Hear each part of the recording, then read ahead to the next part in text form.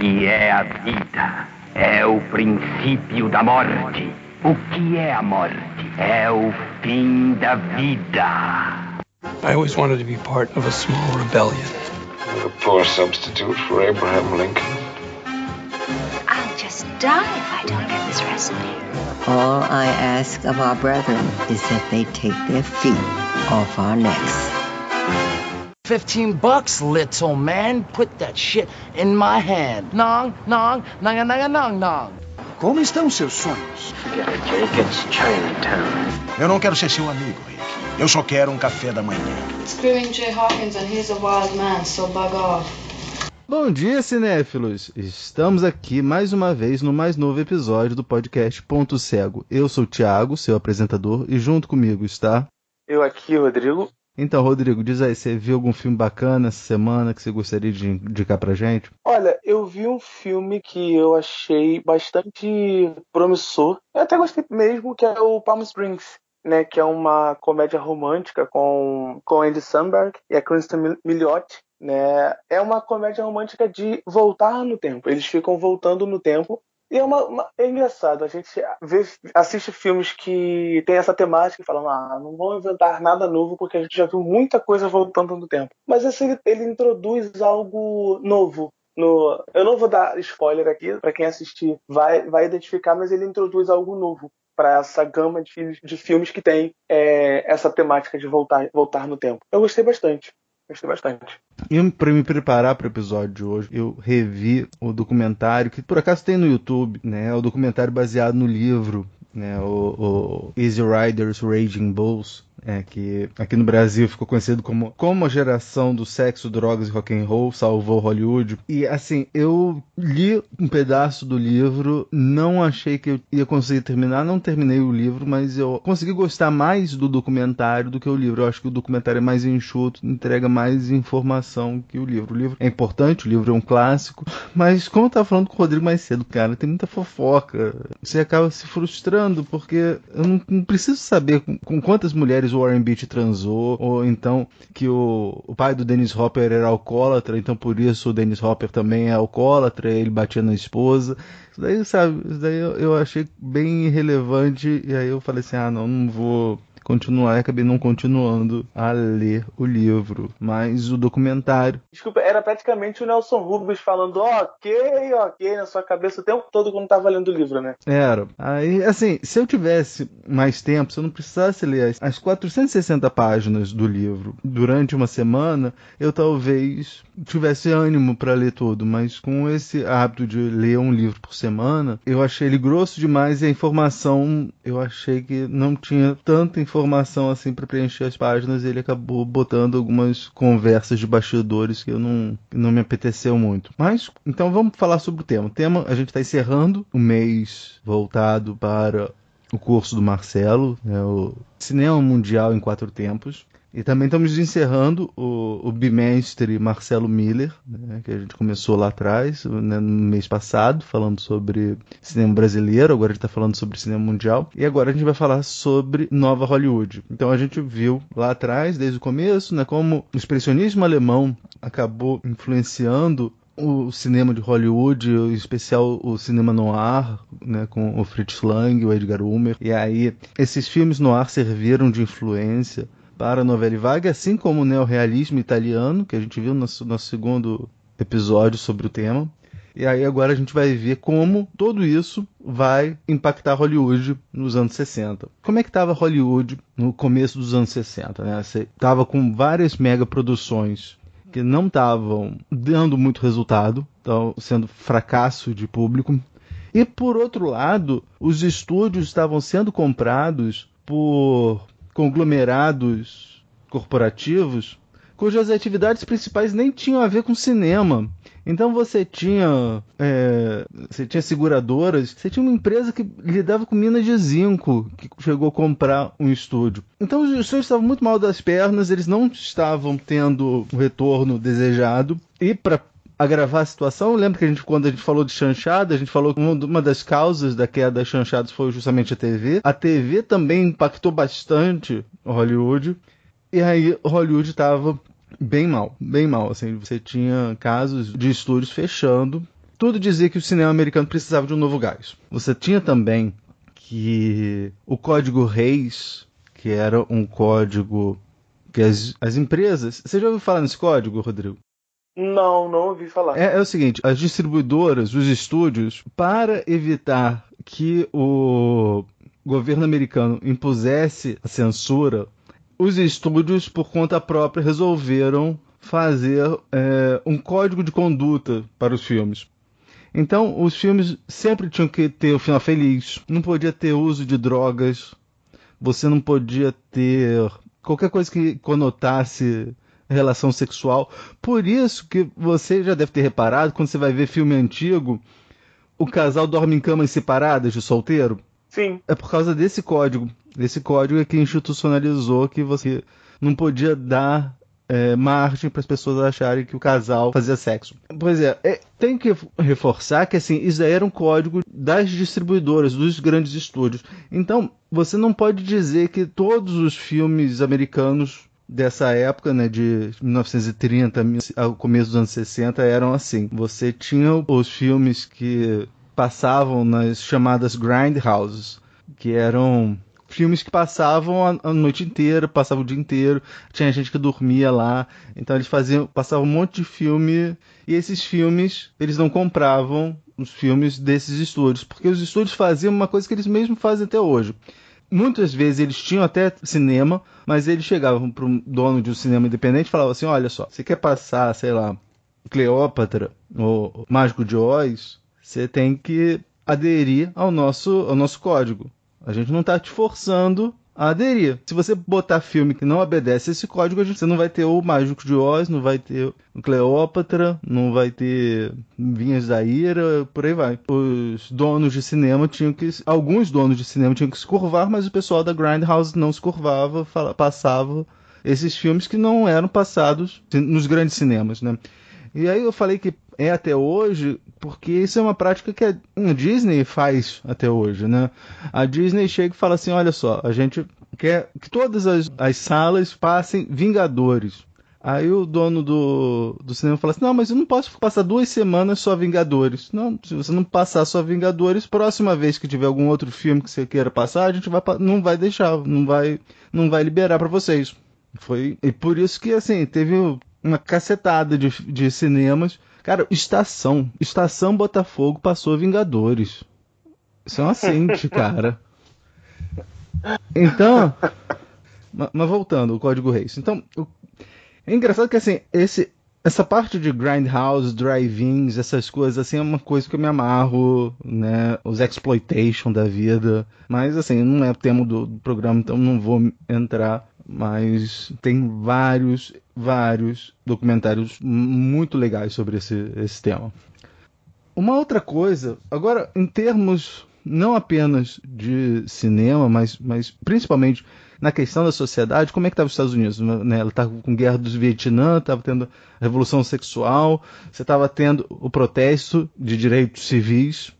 Então, era um campo muito efervescente para a sociedade. Essa revolução que teve na sociedade vai ter no cinema também, a gente vai falar como.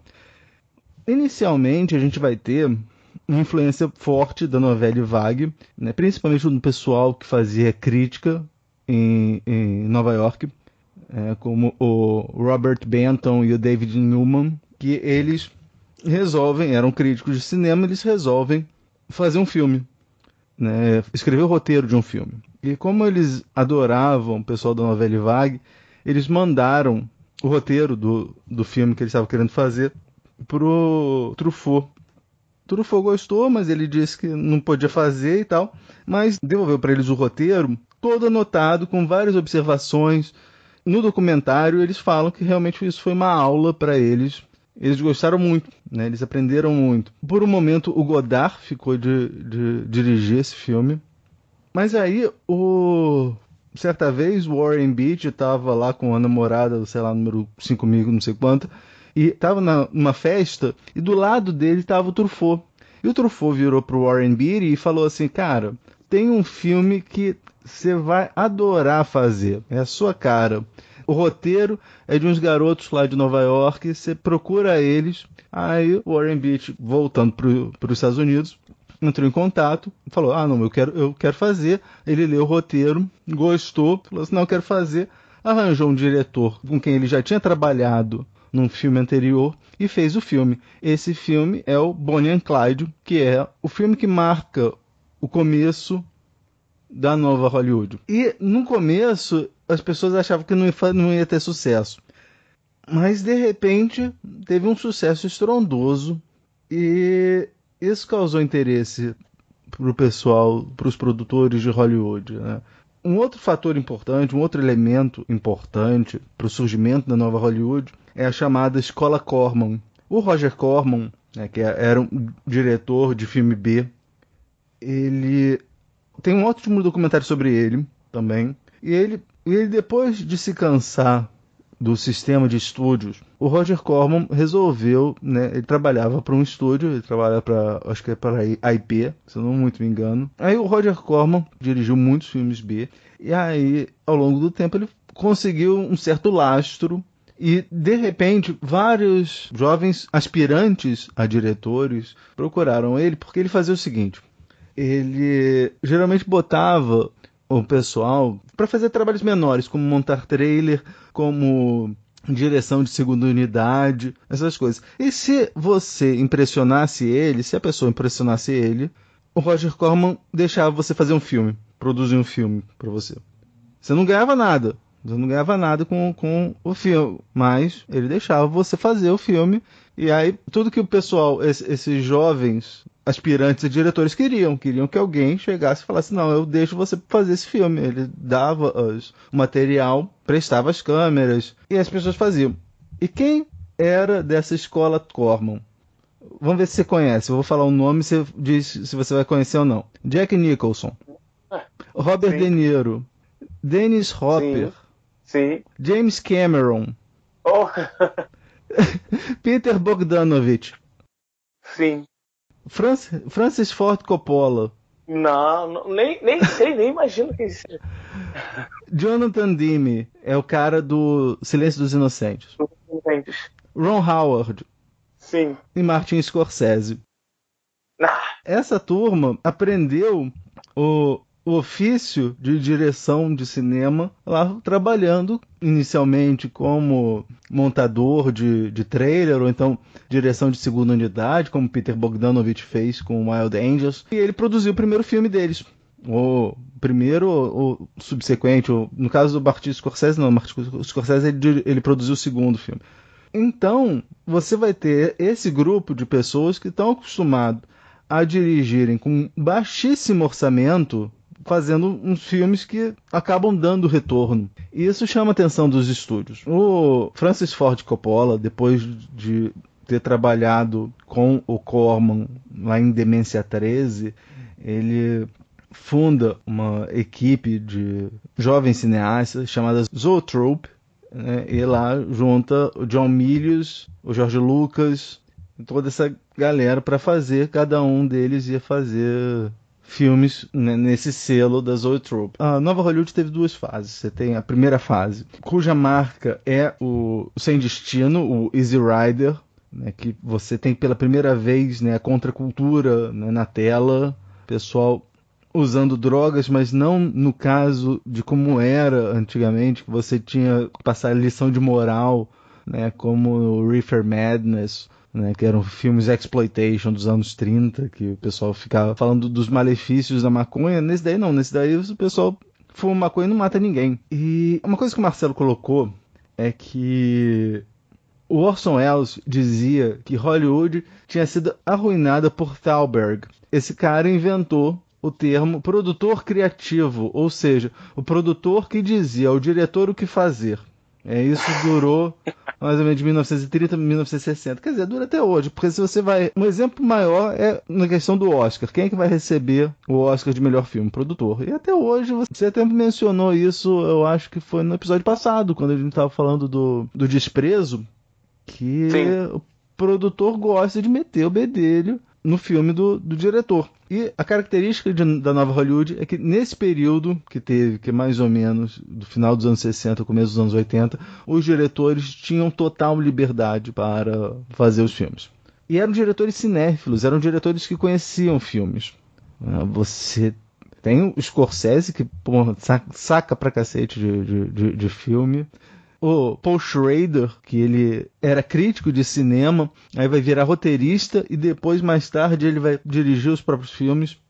Uma outra característica, agora eu vou pegar o livro, a parte que eu li, e uma outra característica desse período é um novo grupo de atores, né?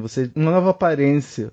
Porque assim, se você der uma olhada no Jack Nicholson, no Robert De Niro, num Dustin Hoffman, num Al Pacino, num Richard Dreyfuss, num James Caan, num Robert Duvall, no Harvey Keitel, eles eram muito diversos.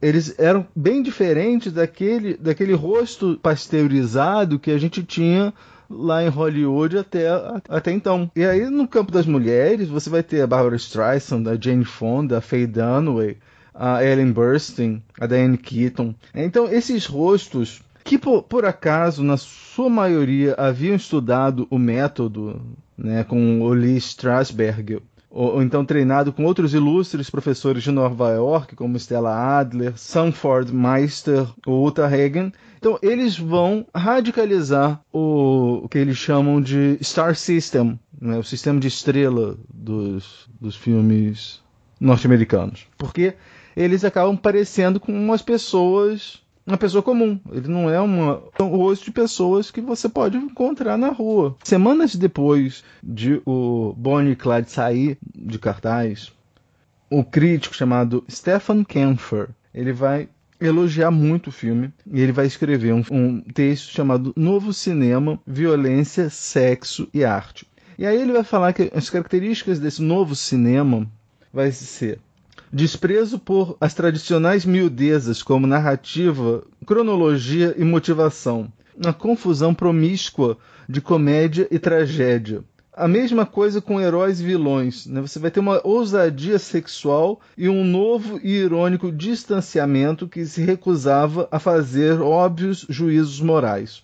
Eu falei mais cedo que o movimento teve duas fases, então vamos falar dos diretores dessas duas fases, né? Na primeira fase, a gente tem os diretores que foram nascidos no final da década de 30, né, como Peter Bogdanovich, Francis Ford Coppola, Warren Beatty, o Stanley Kubrick, o Dennis Hopper, o Mike Nichols. Se bem que o Stanley Kubrick já fazia filme antes, né? Você tem o Woody Allen, o Bob Fosse, o Robert Benton, o Arthur Penn, o John Cassavetes também. O John Cassavetes, ele fazia parte de um grupo chamado Grupo de Nova York. Era um grupo de vanguarda formado lá em Nova York. Não é muito de se estranhar que o Peter Binsky vai falar que no início da Nova Hollywood, a Nova Hollywood foi tomada de assalto pelo pessoal de Nova York. E aí era um pessoal que via filmes lá desse movimento lá do Escola de Nova York, lá com o John Cassavetes. Voltando agora para os diretores da primeira fase da Nova Hollywood. A gente vai ter o Alan Pakula, Paul Mazursky, Bob Rafelson, Hal Ashby, William Friedkin, Robert Altman e Richard Lester. Aí na segunda geração já é a geração dos Baby Boomers, né, que são o pessoal que nasceu depois da Segunda Guerra Mundial. Você vai ter o Scorsese, o Spielberg, o George Lucas, John Milius, Paul Schrader, Brian De Palma e Terrence Malick. E também você vai ter diretores europeus fazendo sucesso em Hollywood, né, como o John Boorman, o Ken Russell, o Nicholas Roeg, o Milos Forman, o Polanski, o Bernardo Bertolucci, o Louis Malle, o Sergio Leone. Mas o sistema autoral dos Estados Unidos começou a ter problemas justamente porque é uma coisa que eu vi o Bogdanovich falar isso no documentário. Eram grandes filmes com grandes egos. Os diretores estavam com o ego tão inflado lá pela metade dos anos 70 e os estúdios estavam depositando tanta confiança que era inconcebível para os estúdios que esses diretores pudessem errar. Mas o que aconteceu quando eles erram? Aí os estúdios começaram a querer resgatar o controle que eles haviam cedido para os diretores. Aí mais tarde, em 75, teve o lançamento de um filminho que mudou tudo. Todo o sistema que você tinha de distribuição de filme até então. Esse filminho é o Tubarão. Tubarão foi um filme que deu... Foram quantas salas? Foram 950. O Tubarão, pela primeira vez, porque assim, o Poderoso Chefão abriu simultaneamente em 400 salas nos Estados Unidos. O Tubarão foi para 950. E o Tubarão conseguiu superar, conseguiu estourar todos os recordes de bilheteria. E é por isso que a partir dele que surgem os blockbusters. A expressão que eles usam é summer blockbusters, né? Que são os blockbusters de verão. Geralmente filme grande, geralmente lançado no verão, e é por causa desse filme que foi lançado lá nos Estados Unidos em 20 de junho. Até hoje, né, isso permanece. Os estúdios brigam para poder lançar os seus filmes de maiores sucessos entre final de abril e final de julho, né? Uma outra coisa que eu gostei bastante, eu acho que foi o Bogdanovich também que falou, isso mais tarde o Roger Corman confirma, é que se você olhar para as histórias dos blockbusters, a gente percebe que as histórias são muito semelhantes aos que o próprio Roger Corman fazia, né? O Peter Bogdanovich vai falar que são filmes B com orçamento. Se você pegar todos os blockbusters, dá para você encontrar antecessores lá nos cinemas, nos filmes B. E aí teve um outro grande sucesso, que foi logo 2 anos depois e já foi arrasando, que foi o Guerra nas Estrelas. E a partir do Guerra nas Estrelas, os estúdios já sacaram como é que funciona o processo, como é que eles conseguem ter o retorno que eles estão querendo. O George Lucas fez uma coisa muito, muito sagaz, né? Ele conseguiu ter direito a... Se eu não muito me engano, o próprio direito de fazer sequência aos filmes e também na questão de produtos.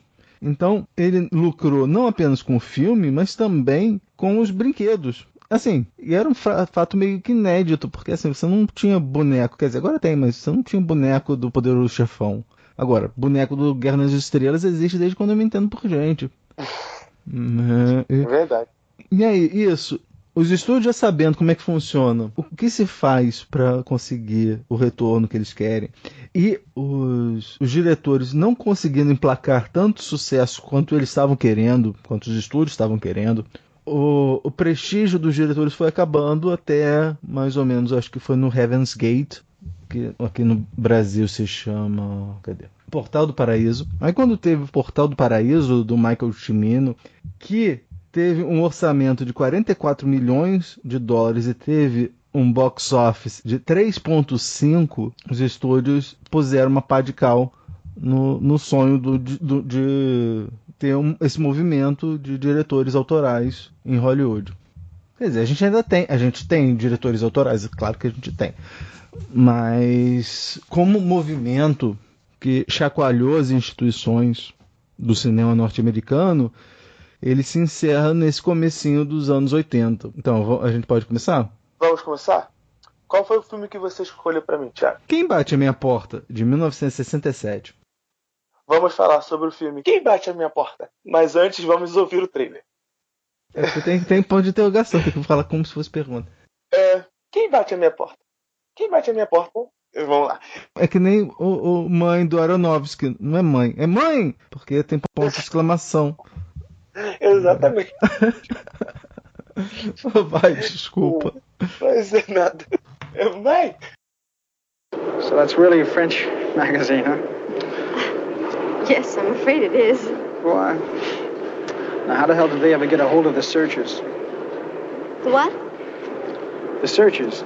It's a movie made about 11 years ago, and that picture of John Wayne is from that movie. I don't seem to remember it. Oh, you know, with John Wayne. Oh, that other guy was in it. What's his name? He played Christ a few years ago in some movie. I don't think I know it. Was he Swedish? No, American. Roland. Recent picture? Yeah, just a few years ago. It's a Western? Yeah. Oh, you mean Jeffrey Hunter? That's right, Hunter. Right. Oh, now you remember the picture. No, I don't. It was in color? Nope. No. Well...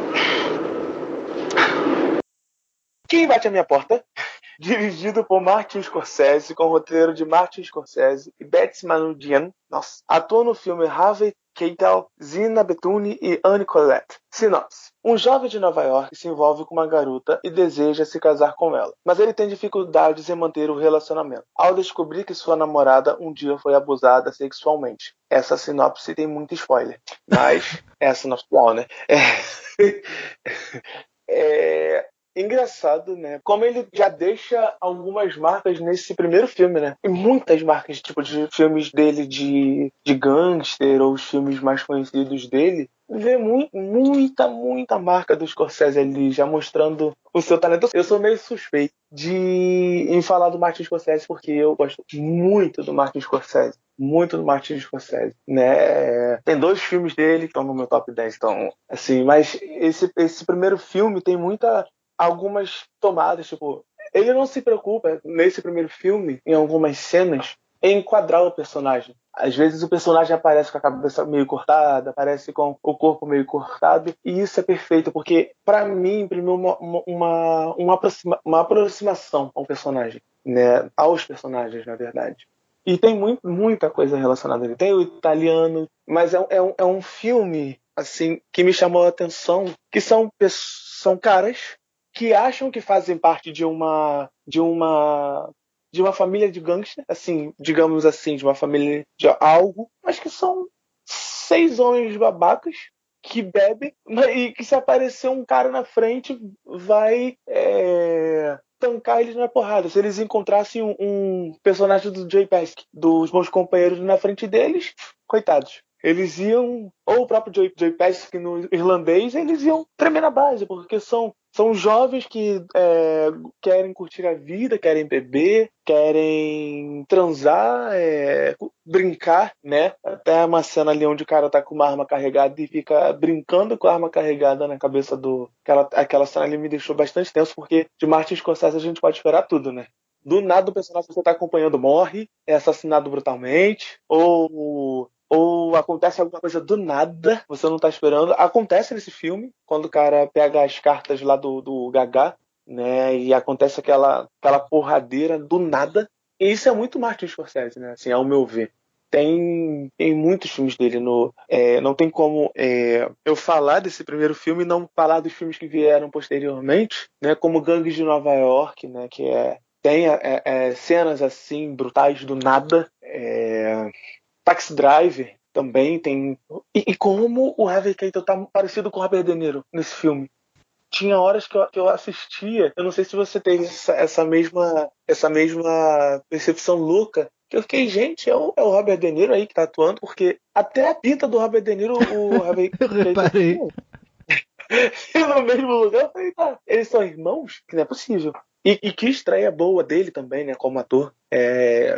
Segura ali, e o Martin Scorsese também com uma precisão tanto de direção, como eu disse, eu sou suspeito em dizer isso, como de roteiro, né? Porque, como eu disse, eles são jovens, né, que acham que são donos do mundo, como a maioria dos jovens acham, em uma certa idade, que são donos do seu próprio caminho, só que ainda tem muita coisa para percorrer nesse caminho, e que ele, como a sinopse falou, fica com dificuldades em manter relacionamento porque a menina que ele ama foi abusada sexualmente e ele desconfia que isso seja verdade. E que cena forte é essa, né, do carro?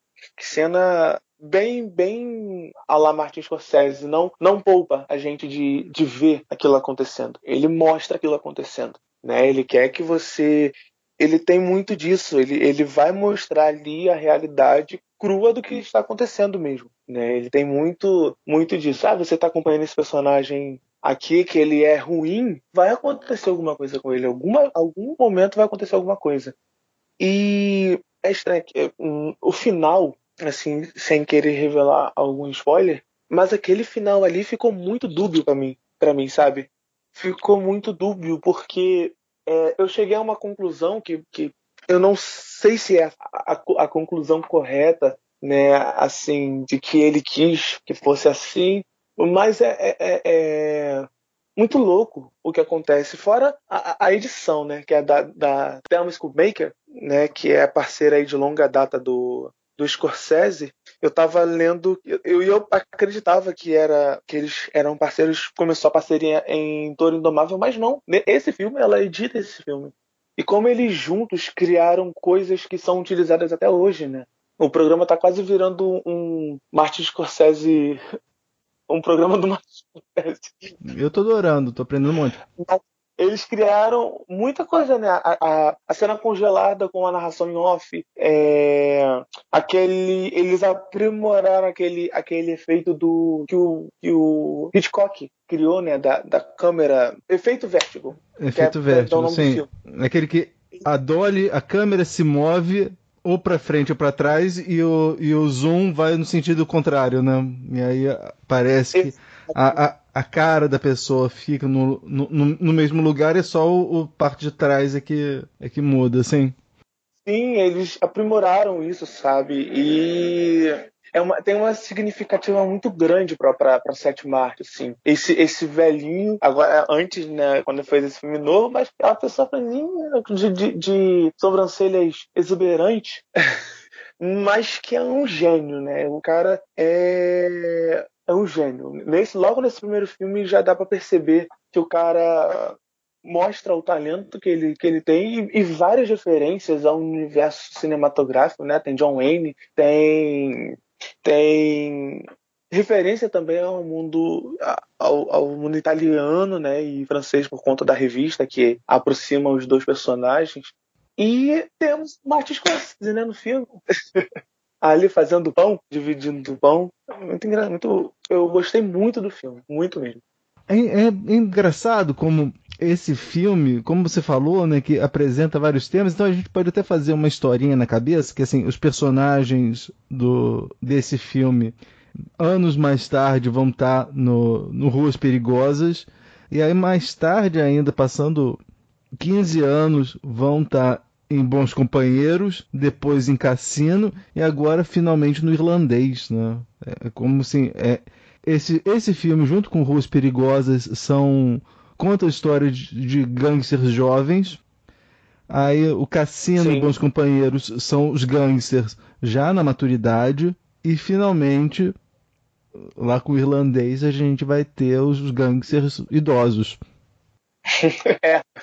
Mas são aqueles gangsters idosos que te dá só dá a olhada. Você falou, tá bom, eu vou fazer. Você quer a minha vida também, pra poder não precisar perdê-la se eu não fizer o que você mandar, porque voltando, eu fiquei com muito medo do Joe Pesci no filme, do Irlandês. E ele não precisou fazer nada, praticamente nada, né? E o medo da juventude é que a juventude é muito, tanto nesse filme, é muito irracional, né? Ele mostra uma juventude muito irracional, tanto que no início do filme começa uma briga do nada no meio da rua.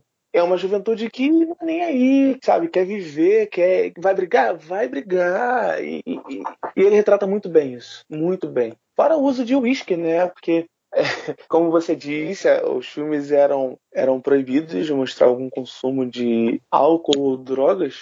E nesse filme tem ali o consumo de uísque e eles não conseguem beber uísque. Eles bebem uísque e cospem uísque porque é forte, né? Tipo, é como se... eu vou fazer contra as regras, sim. É só para poder mostrar que eu posso fazer um filme mostrando uísque. Eu posso mostrar também mulheres e homens nus no filme, sabe? E que não é uma coisa que incomoda. O personagem incomodou, mas isso não incomoda, não incomodou. É como nós estamos crescidos e precisamos mostrar que estamos crescidos. Então como é que vamos mostrar? Indo contra as regras que foram estabelecidas antes. E essa cena tem música do The Doors, né? Imagina, você tem um filme do Martin Scorsese com música do The Doors. Tem muitas músicas, né, nesse filme. Tem muita música. Às vezes bacana. ela entrava, tipo, uma música bacana, e com as entradas das músicas, às vezes ficava muito baixa e aumentava do nada. Tipo, eu vou experimentar nessa cena aqui, colocar essa música aqui. Vou cortar os diálogos e vou colocar essa música. E funcionava, né? Eu vi muito como uma experimentação, mas que uma experimentação que funcionou de um certo modo. Ela funcionou pro filme. Uma coisa que me chamou atenção no filme, que como eu falei no episódio passado, né, eu gosto muito do Assassino por Natureza, mas eu também gosto muito do Cães de Aluguel. E eu vi uma cena nesse filme em que ele tá conversando com a garota, o JR tá conversando com a garota, e fala como o Lee Marvin é o fodão, é fora de série, é o cara mais durão que tem, e quando ele entra na casa, ele não entra só na casa, ele vai, quebra tudo. Aí eu lembrei de uma cena no Cães de Aluguel em que o Mr. Blondie, o Michael Madsen, chega lá no depósito, lá no armazém, e o Harvey Keitel começa a discutir com ele, porque quem não sabe, o Michael Madsen mata um monte de gente, quer dizer, o Mr. Blondie mata um monte de gente, e aí o Mr. White vai tomar satisfação, eles começam a brigar e tal, eles chegam às vias de fato, aí o Steve Buscemi separa os dois e fala assim, pô, vocês têm que parar de fazer isso, sei o quê, aí eles se acalmam, aí o Michael Madsen vira pro Harvey Keitel e fala assim, That was really exciting. I bet you're a big Lee Marvin fan, aren't you? Yeah, me too. I love that guy. Aí o Harvey Keitel ri. E aí o cara falou assim, eu também, eu adoro ele. Aí quando eu vi essa cena em que o Harvey Keitel, o personagem do Harvey Keitel fica elogiando o Lee Marvin, eu só pensei a voz do Mr. Blondie falando assim, eu aposto que você é um grande fã do Lee Marvin.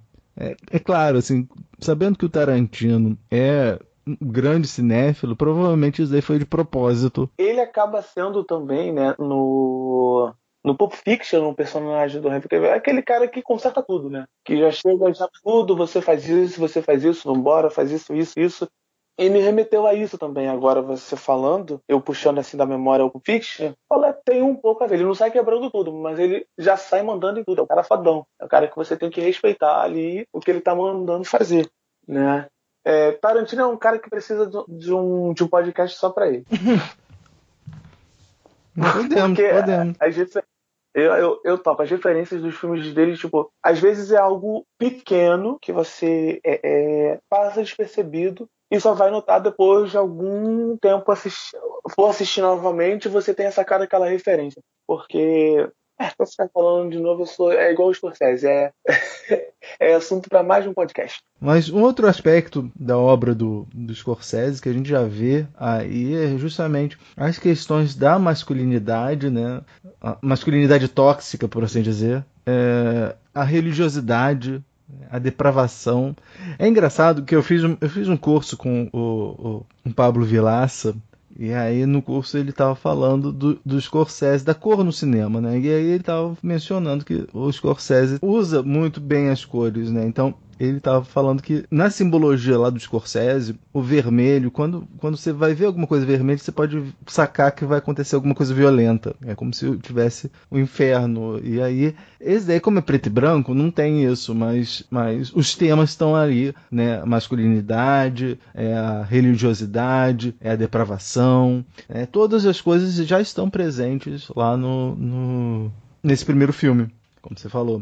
Sim, você já sente assim o cinema que ecoa até hoje dele, né? Logo nesse primeiro longa. Uma coisa curiosa é que esse filme levou 4 anos para ficar pronto. Nossa! O problema de eles viviam começando e parando. O próprio Harvey Keitel, ele não era ator 100% do tempo dele. Ele, na verdade, ele trabalhava como estenógrafo judicial. E aí teve muito problema para ficar pronto. Você viu, mas no final das contas acabou ficando pronto. E ele acabou fazendo esse filme. Depois ele foi fazer o Boxcar Bertha, né, que é o Sexy e Marginal, que é legal também, eu gosto desse filme também. E esse sim foi com a produção do Roger Corman. Eu ia falar da cena onde ele conhece a garota.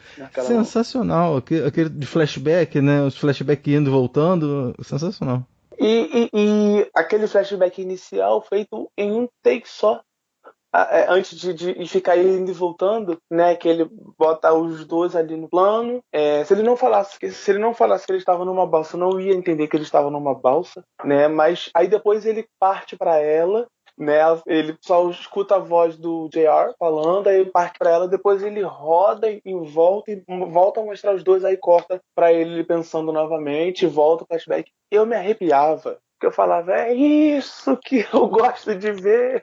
Scorsese, mostra que você sabe mesmo fazer planos contra planos, né? Incrível, incrível demais. Só queria deixar isso registrado, porque é incrível, é incrível. Então vamos passar pro próximo? Qual foi o filme que você escolheu pra mim? All That Jazz. O show deve continuar, de 1979. Vamos falar sobre All That Jazz. O show deve continuar logo depois de ouvirmos o trailer. Candy Casey, very good. You're going to do it again, Victoria. Stop smiling. It's not the high school play. Count. 5, 6, 7, 8. All that work. Stand on your right foot. Point your left toe. Drop that shoulder. All that pain. That's not too hard, is it? Oh, boy, do I hate show business. All that Couple glitter. of good jokes is what I need. Bill, you love show business. That's right, I love show business. All that love. I'll go either way. It's showtime, folks. All that jazz. All That Jazz, o show deve continuar. Foi dirigido por Bob Fosse, escrito por Robert Alan Arthur e Bob Fosse. Trabalham no filme Roy Scheider, Jessica Lange, Anne Rankin e Leland Palmer. Cara, eu não sabia que o pai da Laura Palmer trabalhava nesse filme. A sinopse do filme. Quando não está planejando seu novo musical ou trabalhando na produção de seu filme, o coreógrafo e diretor Joe Gideon está tomando pílulas e dormindo com uma fila infinita de mulheres. O estresse mental e físico começa a afetar Joey, que agora tem que tomar uma decisão sobre seu arriscado estilo de vida. O filme é uma semi-autobiografia escrita e dirigida pelo lendário Bob Fosse. Eu achei curioso porque assim, a gente pegou o primeiro filme do Scorsese e agora a gente está falando sobre o penúltimo filme do Bob Fosse, né? Isso foi 12 anos mais tarde. Quem Bate a Minha Porta é de 67, esse é de 79. E é um filme... Eu não vi os outros filmes, já vou assumir que eu não vi os outros filmes do Bob Fosse. Esse foi o meu primeiro filme dele e eu gostei, achei bem bacana. Eu notei que, assim, apesar de tudo, né, conhecendo, assim, apesar de não ter visto o filme dele, eu sei que ele trabalha muito com musical e foi coreógrafo lá na Broadway, então a gente já sabia que isso daí era bem autobiográfico, né? Eu vi que muita gente considera esse filme como um 8,5 do Bob Fosse, né? O Fellini, ele fez um filme, né, 8,5, né, que é tremendamente autobiográfico, e aí nesse filme o Bob Fosse tentou fazer uma coisa parecida. Você gostou bastante ou gostou assim, tipo... eu gostei bastante, assim, nas cenas de música eu tava à vontade de dançar ou coisa parecida, assim, achei muito... é muito bem coreografado, né, achei muito... E uma outra coisa que junta esse filme ao 8,5 é que as mulheres da vida do Bob Fosse trabalham no filme, né? Você tem, né, tanto a Anne Rankin e a Leland Palmer, né? A Rankin era ex-namorada do Bob Fosse e a esposa dele atual era a Leland Palmer, que fez a ex-mulher do Joey Gideon. Você vê isso daí também, uma outra coisa que aproxima ele lá do 8,5. Realmente, assim, as músicas, eu tenho uma queda por musical, assim, então eu gostei bastante do filme. Gostei muito das coreografias. Eu não entendo nada de musical, assim, então você deve saber melhor do que eu, mas eu por um instante, eu me arrependi de ter colocado Eu Te Amo, a gente podia ter colocado no episódio passado, a gente podia ter colocado as duas garotas românticas, porque esse filme ia casar muito bem, assim, porque esse filme, além de ser um musical bem metalinguístico, porque é sobre um cara fazendo um musical, é também uma grande homenagem aos musicais da Broadway e aos musicais de antigamente, né? Sim. Ele foi a minha terceira oportunidade em assistir a um filme do Bob Fosse, né? Eu assisti o Sweet Charity e o Cabaré. E vou te falar, o All That Jazz, ele tem a coreografia dele perfeita, né? E ele mistura muito bem o teatro e o cinema de uma maneira arrepiante, né? Naquela cena onde ele tá com um bloqueio criativo, e ele monta uma coreografia porque ele é desafiado. e ele monta uma coreografia, e aí aquela coreografia é incrível, com aquela luz que ele bota, aquela lanterna na mão que ele fica rodando. Aquilo é incrível. E ele faz melhor no primeiro filme dele, que é o Sweet Charity. As coreografias do filme, a Shirley MacLaine tá incrível no filme. E ele faz isso no All That Jazz muito bem.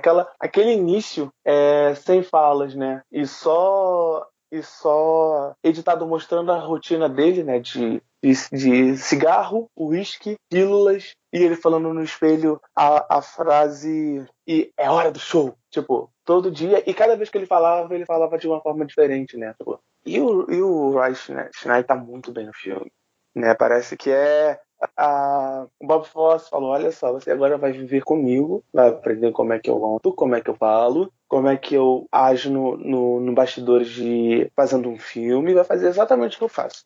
E ele tá deslumbrante, sabe? Eu acho que é o segundo filme que eu vejo dele, só que eu só assisti, olha, Tubarão. Você fica acostumado com ele caçando tubarão, aí você vai ver ele completamente diferente nesse filme, né? Você vê a amplitude dele como ator. Nossa, e arrepiava, sabe? Aquela cena final, então, o Bob Fosse com um controle artístico e criativo estupendo, sabe? Eu até brinco assim, não querendo dar spoiler, mas eu vou dar spoiler, sim. Desculpa quem tá ouvindo, mas é uma das mortes mais bonitas que eu já vi no cinema. É sensacional aquele número final. Aquele número final eu gostei muito. Que se você assistir só o número final, você já mata o filme quase inteiro. Representa tipo, a vida dele, né?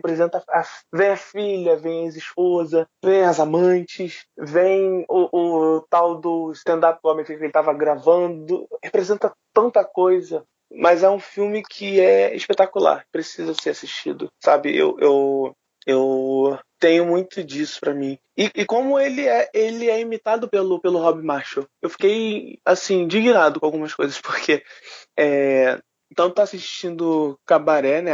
O estilo do Cabaré é muito emulado em Chicago. O estilo do All That Jazz é emulado no Nine, sabe? Vê muita similaridade com o estilo de filmar, né? Um palco dentro de um estúdio de cinema sendo filmado como palco de apresentações de coisas que não acontecem na realidade, mas como se fosse um momento de sonho, né, do personagem do Joey.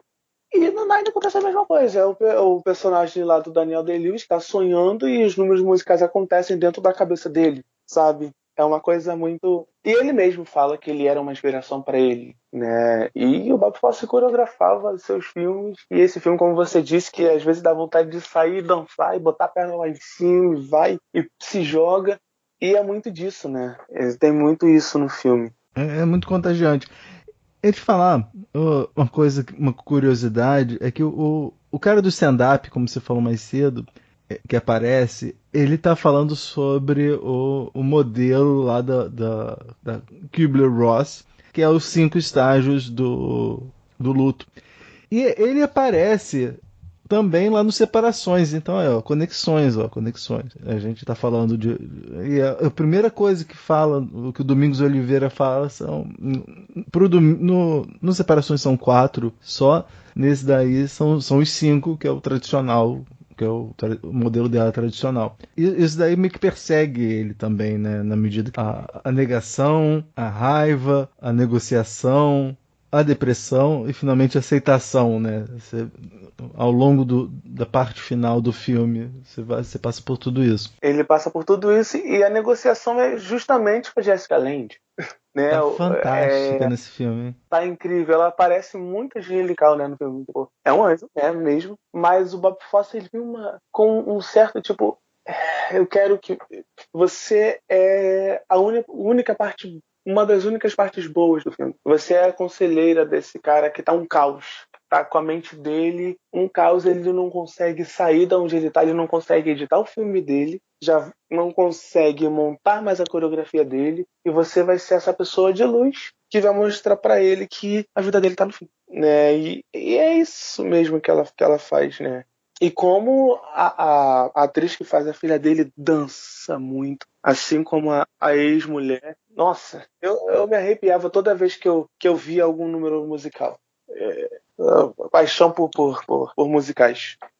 É isso, né? Dá nisso. Deixa eu só ver aqui. A garota que faz a filha dele depois atuou em alguma coisa, não? Não, eu dei uma pesquisada, não vi, não faz mais nada. Alguma coisa bem pequena e depois some. Uma pena, porque além dela ser uma boa, é uma dançarina excelente. Excelente, que não fica para trás das mais velhas, né, que aparecem no filme. Até o próprio Roy Schneider dança um pouco no filme, né? Mas bem pouco, você não aparece tanto, né? Mas você tá acostumado o Roy Scheider a ficar caçando tubarão sentado na praia. Enquanto caça tubarão, você fica assim, caraca. Você pra começar, você vê. Eu vou te dizer que quando eu adicionei lá no Letterboxd pra ver esse filme, eu não esperava que era o Roy Scheider. Não esperava que era ele. Ele tá completamente diferente, assim, com cavanhaque, louro. Sim, exatamente. É esbelto, né? Com a roupa de dançarina ali, sempre com um cigarro na mão, o jeito de andar completamente, é uma construção muito forte que fica na cabeça. Assim, ele e é muito bom você ver uma atuação assim. Porque o filme ganhou Oscar, né? Ele ganhou 4 Oscars: trilha sonora, direção de arte, figurino e montagem, figurino, direção de arte e trilha original. E mereceu todas elas, ainda mereceu o diretor. Desculpa, Dustin Hoffman, eu sei que você está muito bem em Kramer vs. Kramer, mas o ele tá incrível, assim, sabe? É de parar e assistir o que aquele cara tá fazendo em um filme. O que ele fez em um filme, assim. Mais uma vez, desculpa, Dustin Hoffman, mas é a verdade. Ele tá sempre com um cigarro na boca. Até quando ele tá fazendo o exame. E o pior é que o médico também tá fumando e tá tossindo muito mais que ele. Exatamente. E ele ainda fala, tem certeza que eu tenho que fazer esse exame? Não, tá ótimo. Não, eu tô ótimo. E é uma piada, né, que ele coloca ali no meio do filme que funciona, né? E é engraçado, voltando ao final, é isso, né? O show tem que continuar de algum jeito. Nem que seja no plano espiritual. O show tem que continuar, né? É uma coisa absurda mesmo. É um dos meus musicais favoritos. Então, de novo, suspeito em me falar sobre o filme. Achei muito legal, achei muito. Tá todo mundo muito bem. Você tem também assim, participações de atores que estão no seu primeiro, segundo, terceiro, estão no comecinho da carreira, né? Como a Jessica Lange. A gente tem o John Lithgow também, fazendo o rival dele. Você tem um que é o Keith Gordon, que ele era ator, né? Ele fez Christine depois. E agora ele tá fazendo mais trabalho como diretor, né? Ele fez alguns episódios de Fargo, dirigiu o Vítimas do Passado, Homeland também ele dirigiu um episódio do Better Call Saul, então ele tá se dedicando mais à direção, mas ele tá lá com um dos primeiros trabalhos dele como ator. Ele trabalhou fez trabalho de televisão e depois ele fez Tubarão 2 e mais Terapia de Doidos. E finalmente ele vai fazer o show deve continuar. Mas eu achei bem legal, assim. Eu acho que se a gente for fazer algum episódio musical, o vizinho de baixo vai reclamar, porque se for tão bom quanto esse, eu vou ficar dançando. Então vamos fechar o mês? Então olha, eu gostei demais, assim. Foram 8 filmes que você me indicou que eu gostei bastante. Aprendi demais com as nossas conversas. Eu acho que a função realmente do podcast é justamente isso, a gente abrir para uma conversa, né? Você me mostrando pontos que eu possa não ter percebido e falar assim, pô, isso faz sentido, né? Vamos conversar. Eu acho que eu olhei dessa forma, você fala, não, eu olhei dessa. Eu acho que foi muito bacana. Eu acho que é sempre bom conversar sobre filmes e eu acho que a escolha que você teve nesses filmes foi muito legal e nossa conversa foi fora de série nesses 2 meses, assim, nesses 2 últimos meses. O que você achou? Sim, eu devo dizer que eu aprendi muito mais, porque são realmente filmes que às vezes a gente nem escuta falar sobre, né? A gente nem conhece.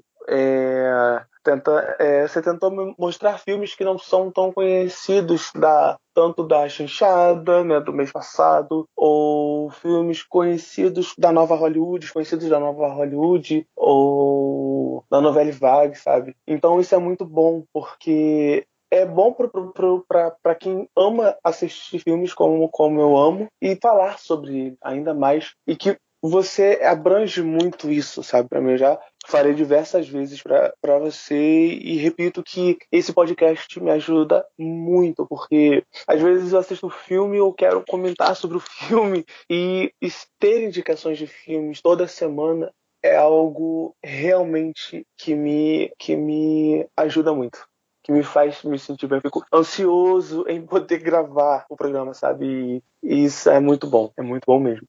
Bom, a recíproco também é verdadeiro. O Rodrigo, eu também, olha, tá sendo muito legal esse projeto que a gente está tendo, né? E esses 2 meses foram bem bacanas. A gente está encerrando o bimestre Marcelo Miller, como a gente falou, né? A gente falou sobre 4 períodos do cinema brasileiro, agora a gente falou sobre 4 períodos do cinema mundial. E aí agora a gente vai partir para novos modelos, novos tipos de critérios para a gente escolher filme, né? Então, eu estou animado com o que vai acontecer no próximo mês.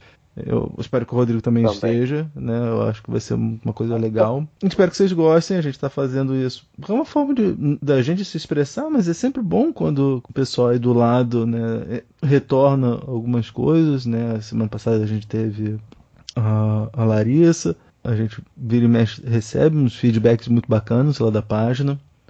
Então, espero que vocês continuem gostando como a gente está gostando de fazer. Mas agora, Rodrigo, vamos falar sobre streaming no quadro Tem na Netflix? Tem na Netflix? Tem no Netflix? Tem no Netflix? Tem na Netflix? Tem na Netflix. Então, Rodrigo, me conta. Que filme você viu recentemente em alguma plataforma de streaming que você gostaria de recomendar pra gente? Então, eu vi um filme na Amazon Prime chamado Cake, Uma Razão para Viver, né, que é um drama com a Jennifer Aniston, sim, a Rachel de Friends, fazendo um drama bem pesadinho e fora da curva da maioria das atuações da Jennifer Aniston. Eu gosto das atuações dela em comédia, mas nesse filme ela surpreendeu bastante, né? Chegou a ser indicada ao Globo de Ouro de melhor atriz de drama e ao SEG também de melhor atriz de drama. Teve uma pequena campanha aí ao Oscar que acabou não acontecendo, mas que ela tá muito bem no filme. Você assistiu? Okay? Não, tá na minha lista também pra ver. Esse filme tava na minha lista há muito tempo e agora a Amazon tá tirando os filmes, né? Ela tira sem avisar. Ela tá começando a tirar. Eu fui procurar aquele filme Querido Menino com o Steve Carell e o... Ela já tirou. É original. Ela tirou do catálogo dela. Tirou também o Tenet.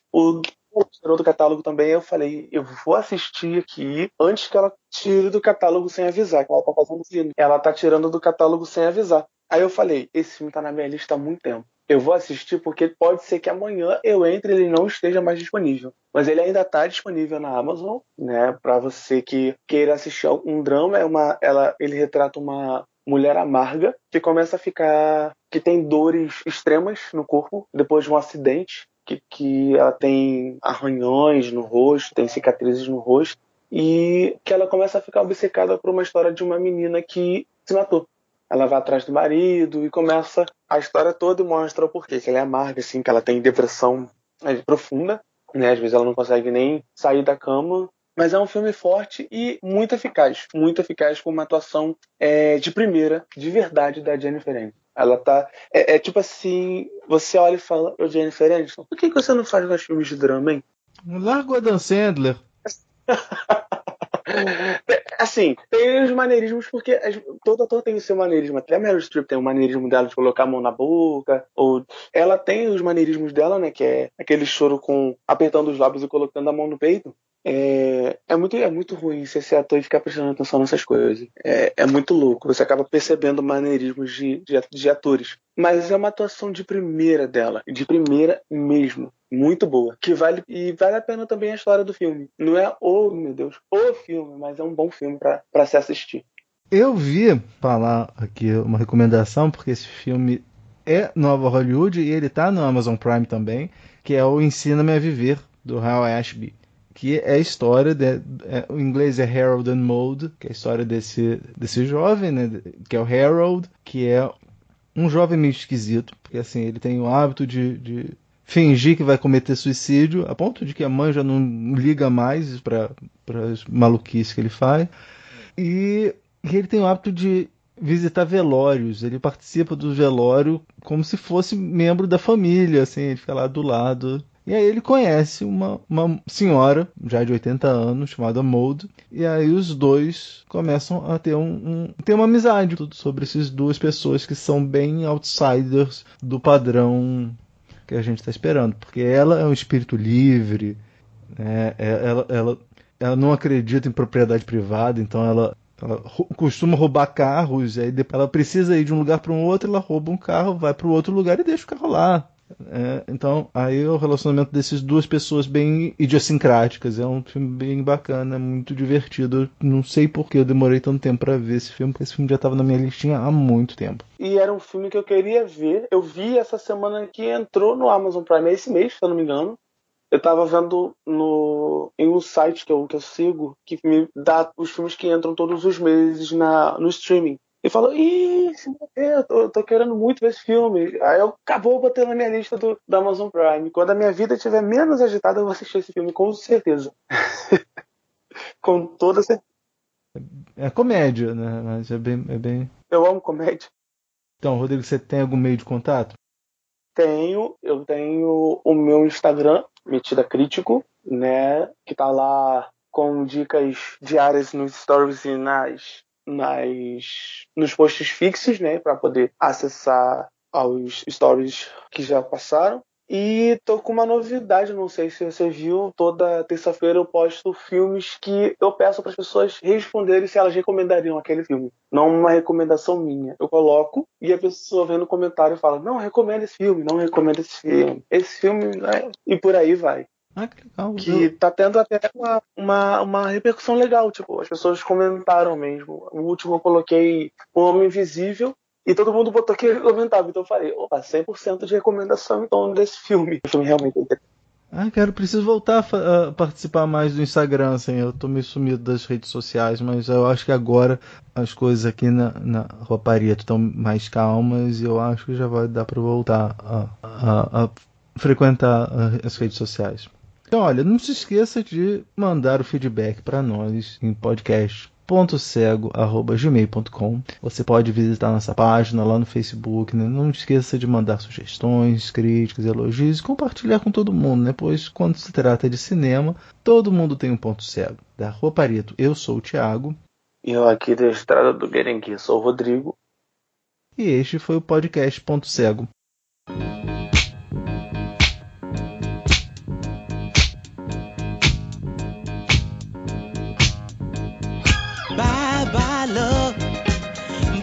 Sweet caress, hello emptiness. I feel like I could die. Bye bye your life goodbye. Bye bye my life goodbye. Bye bye your life goodbye. 2, 3, 4, 5, 6.